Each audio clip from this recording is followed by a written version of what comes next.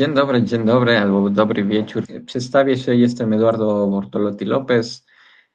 Jestem Meksykaninem. Mieszkam tutaj w Polsce już od prawie 14 lat. Właśnie zacząłem studia języka polskiego na Uniwersytecie Śląskim 13-12 lat temu. Więc generalnie, jeżeli chodzi o Meksyk, możemy zacząć od historii albo od tego, co pewnie większość od Was już wie, że istnieje coś takiego jak mestizaje. W zasadzie mogłem tego albo sprawdzić, jak to jest na polskie, ale to jest generalnie to połączenie tych dwóch światów, czyli połączenie Hiszpanów z Meksykanami. I generalnie to jest tak, że istnieje coś takiego jak synkretyzm, czyli to połączenie trochę, co już było, z tym, co przynieśli albo przywieźli z Hiszpanii czy z Europy. Więc generalnie akurat tak się składało, że kilka z takich świąt, co w Europie już się świętowało, albo w religii świętowało się w danych na przykład terminach, to i w Meksyku też świętowali w podobnych w zasadzie terminy, to pewnie związane z ruchem gwiazd i księżyca i tak dalej. Natomiast w Aztekowie akurat w grudniu już świętowali narodziny akurat Boga też, Huitzilopochtli. I akurat tak się składa, że Hiszpanie czy generalnie chrześcijanizm to też świętowało właśnie urodzenie też Boga, czy Jezusa, więc akurat przywieźli ze sobą Boże Narodzenie. Więc akurat bardzo łatwo było dla Azteków, czy różne kultury, bo w Meksyku nie tylko Aztekowie mieszkali, w zasadzie w centrum Meksyku to przeważnie tam akurat oni rządzili. Natomiast w całym Meksyku to różne kultury było, trzeba było ich też też przekonać do tego, natomiast akurat jeżeli chodzi o kulturę Azteków, to oni też świętowali akurat narodziny tego Boga. Więc tutaj było bardzo łatwo, ale generalnie i nie tylko na święta, ten katolizm w Meksyku też ma właśnie ten synkretyzm, czyli jakby połączenie trochę, było im łatwiej podbić tego nowego świata, dlatego że musieli to jakoś bardziej dostosować swoje kultury, więc zauważyli, że będzie łatwiej, jeżeli dostosujemy swoje wiarę z tym, co oni już mają. I najbardziej to, co będzie najbardziej podobne, no to okej, to dopasujemy do nas. Znaczy, mam nadzieję, że nikogo też nie obrażę, natomiast jakby to, co będzie bardziej podobne, to generalnie dopasujemy do religii, natomiast to, co już było bardzo dziko, no to już jest jakby przeciwko Boga, to wręcz Boże, to już tego nie chcemy. Więc akurat tutaj też było bardzo łatwo, albo też istnieje taka cała historia związana z Guadalupe, Matką Boska Guadalupe, która ona w zasadzie też się świętuje pojawienie właśnie 12 grudnia. Nie będę teraz za bardzo wgłębiał w tym temacie Matki Boskiej Guadalupe, natomiast generalnie to wtedy było bardzo też, no jak to powiedzieć, że generalnie bardzo była to pierwsza taka mulatka, czy ciemniejsza skóra Matka Boska, która akurat się pojawiła dla Indianina Juan Diego, no to akurat później cały czas już było jakby w obrębie tego, że istnieje Matka Boska Guadalupe, no to też z kolei było łatwiej też, żeby przekonać innych, żeby też uwierzyli i tak uwierzyli w Matce Boskiej Guadalupe.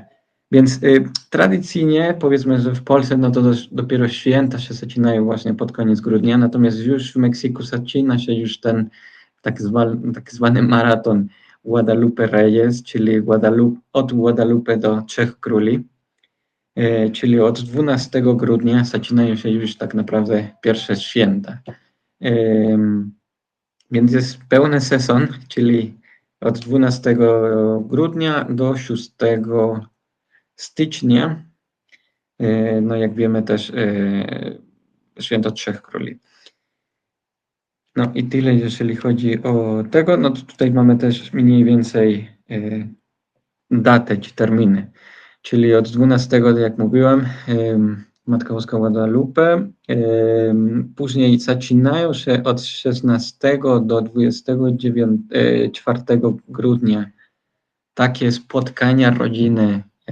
Zaraz więcej opowiem o tym posadas, czyli tak trochę jakby procesje. No później powiedzmy, że nic się nie świętuje oprócz Nowego Roku, wiadomo, czy Sylwestra, natomiast 6 grudnia Trzej Królowie i później dopiero gdzieś tam znowu w lutym jest 2 lutego święto Candelaria. Pewnie jest jakiś tam odpowiednik na polski, natomiast jest to święto, gdzie akurat dużo tamales się je. Więc a propos już, zaraz będziemy też o jedzeniu opowiadać albo słuchać, natomiast tutaj jeżeli chodzi o takie te teologie na ulicach, czy te procesje, to są las posadas, czyli to się zaczyna już 9 dni przed Wigilią i jak wspomniałem, to są takie spotkania rodzinne, czy z kolegami, nawet w pracy, więc generalnie to jest takie dobry pretekst, żeby zrobić imprezę i żeby się spotykać akurat przed świętami. No i biura organizuje, znaczy w zasadzie w Polsce też są te spotkania wigilijne, nie? Więc to było w zasadzie to samo, takie spotkania wigilijne, tylko że są pewne tradycje też w tym. I te posadas to polega na tym, że jest grupa ludzi, która, znaczy takie ala przedstawienie, które na przykład jak się to organizuje, powiedzmy u babci w domu, no to akurat część, nie wiem, kuzynów i cioci zostaje w środku domu, część, nie wiem, też innych cioci i wujków i kuzynów też wychodzimy na przykład na zewnątrz i wtedy zaczyna się to przedstawienie, trochę jest taka pewna melodia czy śpiew, bo jest cały tekst, który się śpiewa. Tutaj akurat widzimy taki obrazek na prawym dolnym rogu, gdzie rodziny coś czytają albo coś tam robią, więc generalnie nikt tego na pamięć nie zna, tylko każdy dostaje powiedzmy taką czcionkę i z tej czcionki to zaczynamy czytać, nie? Albo śpiewać. No i to jest tak trochę udawanie, czy tam przedstawienie, że to jest udaje, że jest Maria, Jose i że akurat ma się rodzić niż Jezus i że szuka, gdzie po prostu spędzić tą noc. Więc szuka, gdzie spędzić tą noc i puka po domach i akurat tutaj jest całe to przedstawienie, że prosi o wejście, żeby akurat przyjęli ich, bo wiadomo już, znaczy może tam nie było zimno konkretnie, ale żeby spędzić gdzieś tam wieczór, bo ma się już rodzić Jezusa. Więc jest to całe przedstawienie, jest to się śpiewa, jest to trochę śmieszne, bo każdy to trochę śpiewa lepiej lub gorzej, więc jest to bardzo ciekawe. Później też podczas tych posadas tutaj też mamy tak zwane piniaty. Z tego się narodziło bicie piniaty tak naprawdę od świąt, bo każda, powiedzmy z tych, tam ma 7 rogów i każdy z nich to oznacza właśnie te 7 grzechów głównych Generalnie to się powinno rozwalić tą piniatę, mając taką opaskę, czyli to jest jakby powiedzmy, że wiara jest ślepa i trzeba po prostu rozwalić te grzechy, mając oczy zamknięte z tym kijem. No i w środku tej piniaty są słodycze. I właśnie to jest łaska Boża jako nagroda. I więc ma jakieś znaczenie, a to, że teraz w zasadzie już robią piniaty z czegokolwiek, można poszukać piniaty na internecie i możesz zobaczyć piniaty, nie wiem, Donalda Trumpa, możesz zobaczyć piniaty Spidermana, czy piniaty czegokolwiek, więc to jest to śmieszne, ale generalnie to z tego się wywodzi, z tego, z tej tradycji pochodzi. Więc już idąc dalej, mamy też całą tą gastronomię, jakby co się je już podczas tej kolacji wigilijnej. W Polsce, nie wiem w jakich innych krajach, natomiast to się tylko rybę je na przykład, a u nas to niekoniecznie, u nas to i mięso można jeść i zaraz zobaczymy jeszcze co innego, żeby nie podpowiadać. Natomiast zaczniemy od tych najciekawszych moim zdaniem, to są romeritos. To jest właśnie ala rozmaryn, ale to nie jest, to takie zwane kelites, dzikie rośliny jadalne, więc to nie znalazłem przetłumaczenia tak konkretnie. I podaje się w takim sosie, tak zwanym mole poblano. Ja pochodzę z Puebli akurat, więc to mole, po polsku mole to znaczy to coś innego, więc tutaj akurat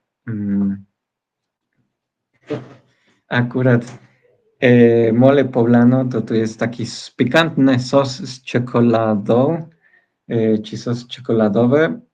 To tak bardzo w skrócie, bo generalnie też polecam, żebyście poszukali więcej o przepisie mole. Ale mole ma bardzo dużo różnych składników, między innymi tak, ma kakao i dlatego ma ten ciemny kolor i dlatego tak się mówi, że to jest czekoladowe. I ma dużo papryk, więc dużo rodzajów też papryki, więc dlatego też jest ostre. No i tutaj już jest taka wersja, gdzie jeszcze z krewetkami, natomiast to może i nie być, więc są różne też przepisy na te romeritos. Więc to akurat jest taka ciekawostka, natomiast już wśród innych rzeczy, co się je podczas kolacji, to jest akurat indyk nadziewany, pavo relleno i powiedzmy, że może się kojarzyć właśnie z tym, co się dzieje w Ameryce, czy tam w Stanach. Meksykański indyk ma powiedzmy duszę i ona jest taka słodko-słona. Jest ten relleno, czyli ten farsz, mieszanka takiego mięsa mielonego, może być i wieprzowe, czy wołowe, smażone z orzechami, z migdałami, rodzynkami, z jabłkami, czy gruszki, z gruszką i kandysowane owoce jeszcze można dać do środka, więc tak mniej więcej może wyglądać na stole. I akurat to jest taka ciekawostka, bo bardziej się kojarzy z tym Thanksgiving Day, ale w Meksyku generalnie to jest też, to się je bardziej pod kolacji wigilijnej. I to z kolei nie w całym Meksyku, bo Meksyk też jest bardzo duży, rozległy. Jeśli może patrzyliście kiedyś na mapę Meksyku, no to akurat mamy kilka czy parę tysięcy kilometrów, więc na północy się świętuje już zupełnie inaczej. Może nie zupełnie, ale inaczej niż na samym południu. Parę potraw też się zmieniają. Na północy mogą zrobić jakieś tam rodzaje grilla na przykład, albo mogą nie zrobić tego indyka, różnie po prostu. Inna rzecz, która też może się bardziej kojarzyć z Hiszpanami, ale tak, to jest jakby wpływ kultury hiszpańskiej w Meksyku, to jest to bacalao, czyli dorsz po biskajsku, zresztą może i nazwa trochę też się kojarzy bardziej z tymi europejskimi. Natomiast to jest baskijskie dziedzictwo w wersji, powiedzmy, po meksykańsku. Jak coś, no to też polecam, żeby tam sprawdzić przepis, ale widzimy, że tam jest taka mieszanka i jak to Meksyk, no to chile czy tam papryki muszą być. Ale one mogą być ostre, niekoniecznie muszą być ostre, to już każda rodzina, czy tam każda babcia inaczej robi. Więc ta wersja meksykańska przeważnie, no to już z paprykami. I akurat do tego też mogą być tamales, do tego też mogą być papryki nadziewane też, na przykład jest taka papryka jalapeno nadziewana serem i później jeszcze smażona. Są różne jeszcze potrawy, które się daje na stole podczas kolacji i też są desery i na desery też jest albo flan, w zasadzie nie wiem, czy jest jakieś przetłumaczenie na flan, na pewno w Hiszpanii też jest to flan. Są torrejas, czyli też taki, powiedzmy, chleb tostowy z miodem, z cynamonem. Do tego jeszcze akurat jako ciekawostka w Meksyku też się dużo pije podczas kolacji czy świętowania cydr. Tutaj pisze to z Nowego Roku, natomiast już w zasadzie od tych posadas, czy już kolacji wigilijnej, to się akurat też pije cydr. I akurat niedaleko mojego miasta, czy w stanie Puebla, to jest tak zwana stolica cydru, bo tam rośnie bardzo dużo jabłek i generalnie mówi się, że z najlepszych cydr w Meksyku jako kraj, no to pochodzi z tego Huejotzingo. Więc akurat też oni mają swój własny festiwal cydru, więc bardzo ciekawe też. Tam z kolei też jest tak chłodno, więc jak na Meksyk, to tam nie jest specjalnie ciepło, więc na pewno gdzieś grudzień czy styczeń tam potrafi być chłodno, no, to rzeczywiście tam 5 stopni, może nie przez cały dzień, ale generalnie raczej chłodno cały dzień. Co jeszcze? Więc to jeżeli chodzi o jedzenie, trochę opowiadałem Wam o źródle, czy skąd pochodzi cała ta bajka z piniatami, co możecie zobaczyć już w wielu filmach i nawet teraz w Polsce też na urodzinach się rozwala piniatę, w niektórych widziałem, nie związane z Meksykanami, widziałem polskie rodziny, co rozwalał też piniaty na urodzinach, więc to akurat się przyjęła taka zabawa. Myślę, że to jest ciekawa. No, ale przede wszystkim to akurat z tego okresu świątecznego pochodzi. To mam taki filmik, gdzie mariachi śpiewa coś a la posada albo kolędę.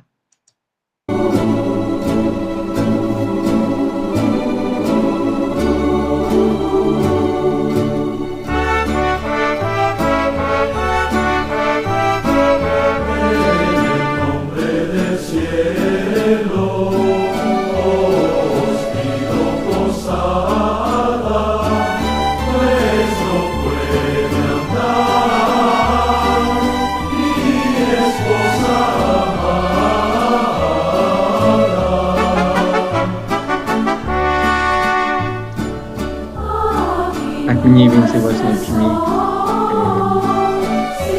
ten śpiew, o którym opowiadałem.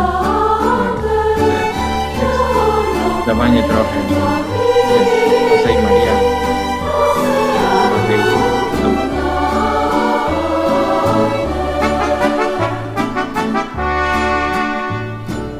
Mi esposa es María, hijos rendidos, mi madre va a ser el divino Verbo.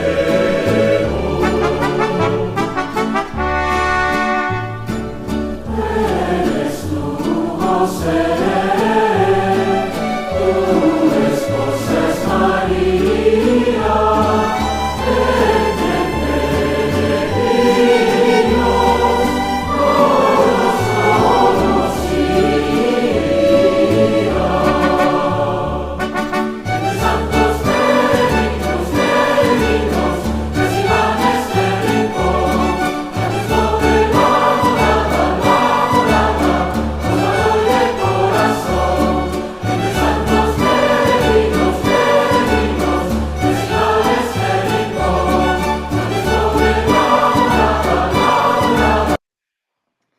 y también śpiewam Entre santos peregrinos, aunque es pobre la morada. Pueden, czyli oznacza, że po prostu zapraszamy do środka, skromna, ale możecie tutaj wejść no i zapraszają już do środka, żeby akurat przyjąć już Jezusa.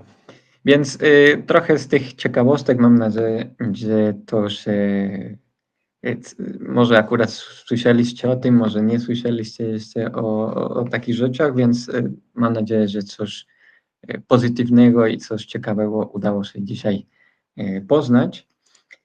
I jakbyście mieli jeszcze pytania, to jak najbardziej możecie, nie wiem, zapytać o dane albo kontakt do mnie i chętnie odpowiem na pytania, albo tam na maila, czy na Instagramie przeważnie jestem, ale bardzo dziękuję też za zaproszenie i do zobaczenia i wesołych świąt. Feliz Navidad.